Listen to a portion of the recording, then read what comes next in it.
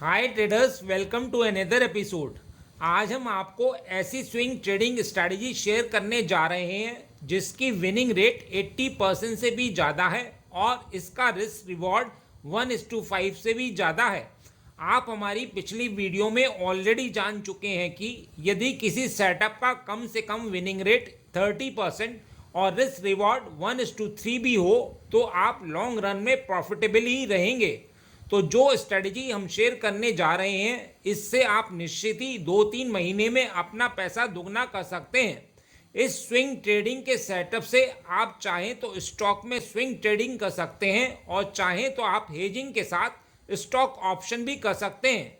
तो आज इस वीडियो में हम आपको बताने जा रहे हैं कि स्विंग ट्रेडिंग क्या है और इसके क्या फ़ायदे हैं।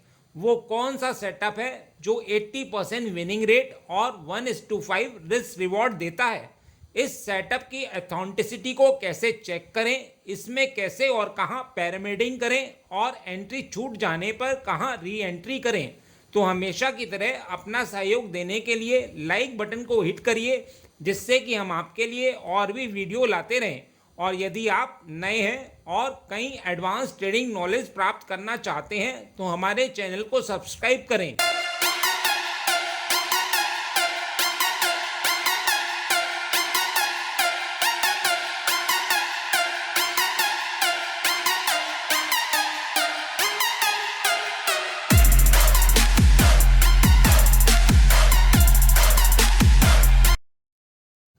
आगे बढ़ने से पहले मैं आपसे पूछूंगा एक क्वेश्चन जिसका आंसर आप सब लोग करोगे कमेंट सेक्शन में।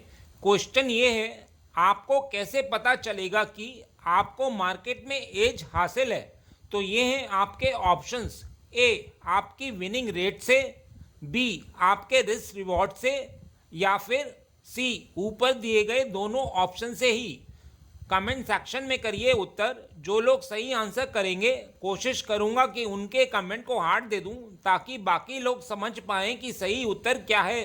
तो आइए जानते हैं कि स्विंग ट्रेडिंग क्या है। जैसा आप जानते हैं कि यदि किसी स्टॉक को 100 रुपये से 200 रुपये जाना है तो वह सीधा 200 नहीं जाता है, वह स्विंग्स बनाते हुए 200 तक जाता है।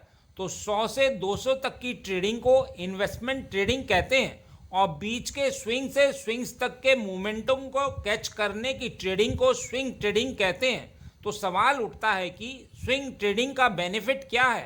तो ट्रेडर्स, स्विंग ट्रेडिंग में आपको ऐसे पावरफुल स्टॉक्स मिलते हैं जो आपके पैसे को 2-3 महीने में ही दुगना कर देते हैं। आपको ट्रेड्स मिलने में मुश्किल नहीं होती है, चाहे मार्केट बुलिश हो या बियरिश, क्योंकि बियरिश मार्केट में ऐसा नहीं होता कि सारे के सारे यानी 5,500 स्टॉक्स नीचे ही मूव करें। कुछ स्टॉक्स मार्केट से डिफरेंट मोमेंटम में चलते हैं क्योंकि उनकी अपनी स्ट्रेंथ होती है। तो हमें ट्रेड के लिए स्टॉक्स मिलते रहते हैं और जो ट्रेड हमें मिलती हैं वो रॉकेट हो जाती हैं और स्टॉक से ही सबसे ज़्यादा पीसफुल मनी बनता है। तो अब सवाल उठता है कि क्या यह स्विंग ट्रेडिंग हम लोग कर सकते हैं। तो जवाब है हाँ, बिल्कुल कर सकते हैं, लेकिन इसके लिए हमें एक प्रॉपर सेटअप की ज़रूरत होगी। तो आइए समझते हैं कि यह प्रॉपर सेटअप क्या है। इस सेटअप में सबसे पहले हमें टाइम फ्रेम चूज करना है जिस पर हमें एंट्री लेनी है। तो टाइम फ्रेम हमारा डे का रहेगा। अब सवाल उठता है कि होल्डिंग पीरियड क्या रहेगा। क्योंकि हम स्विंग ट्रेडिंग कर रहे हैं तो हमें स्टॉक को 2-4 हफ्ते तक ही रखना है और एक अच्छा मुनाफा होने पर निकल जाना है। अब सवाल उठता है कि हम इंडिकेटर कौन सा यूज़ करें। प्राइस इंडिकेटर के लिए हम मूविंग एवरेज इंडिकेटर का यूज़ करने वाले हैं, क्योंकि हर चीज़ एवरेज पर चलती है, इसलिए हम प्राइस के एवरेज को देखते हैं। और साइकोलॉजी इंडिकेटर के लिए हम RSI का यूज़ करने वाले हैं, क्योंकि यह प्राइस की स्ट्रेंथ को रिप्रेजेंट करता है। मतलब यदि प्राइस ऊपर जा रहा है तो मोमेंटम के साथ जाना चाहिए। ध्यान देने वाली बात यह है कि दोनों ही इंडिकेटर की सेटिंग को चेंज करना है।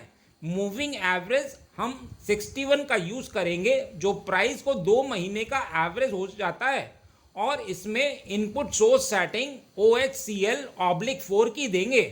RSI में हम सिर्फ अपर लाइन 60 का यूज़ करेंगे और इनपुट लेंथ सेटिंग 12 रखेंगे।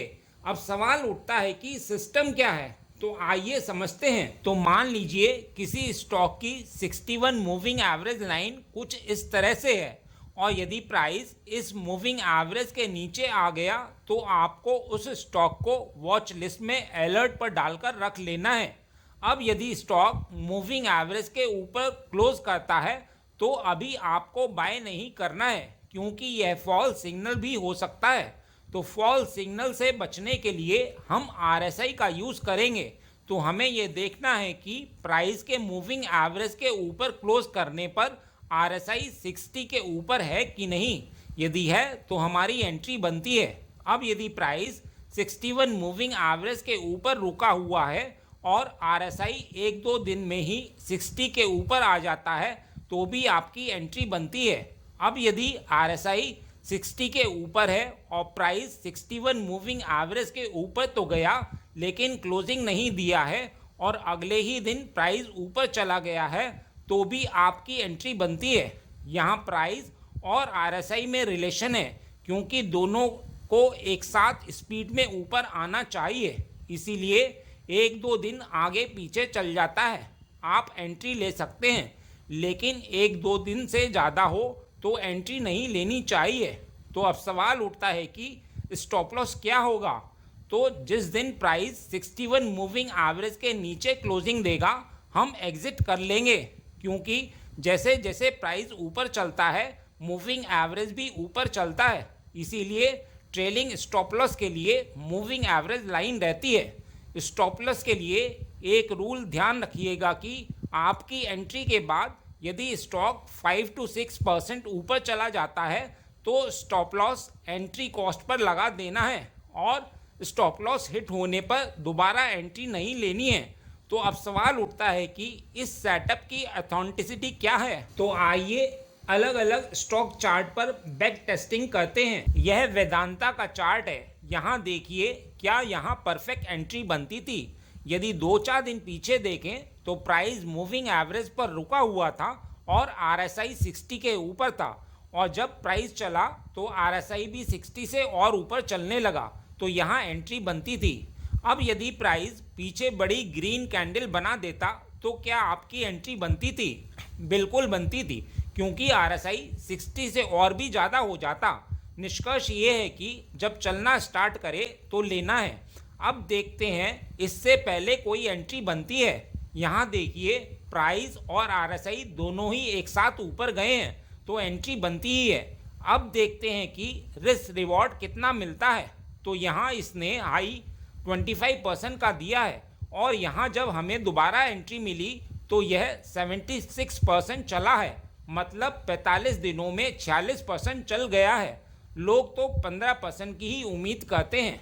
अब यहाँ यह भी क्लियर होता है कि यदि आपकी एंट्री छूट गई है तो दोबारा एंट्री प्राइस के मूविंग एवरेज पर आने पर और कोई भी सपोर्टिव ग्रीन कैंडल बनने पर एंट्री ले सकते हैं। और यदि आपको पैरामीडिंग करनी है तो इस री एंट्री लेवल पर कर सकते हैं। यह रिलायंस का चार्ट है। यहाँ देखिए यहाँ एंट्री बनती थी और यदि इससे पहले देखें तो भी यहाँ एंट्री बनती थी।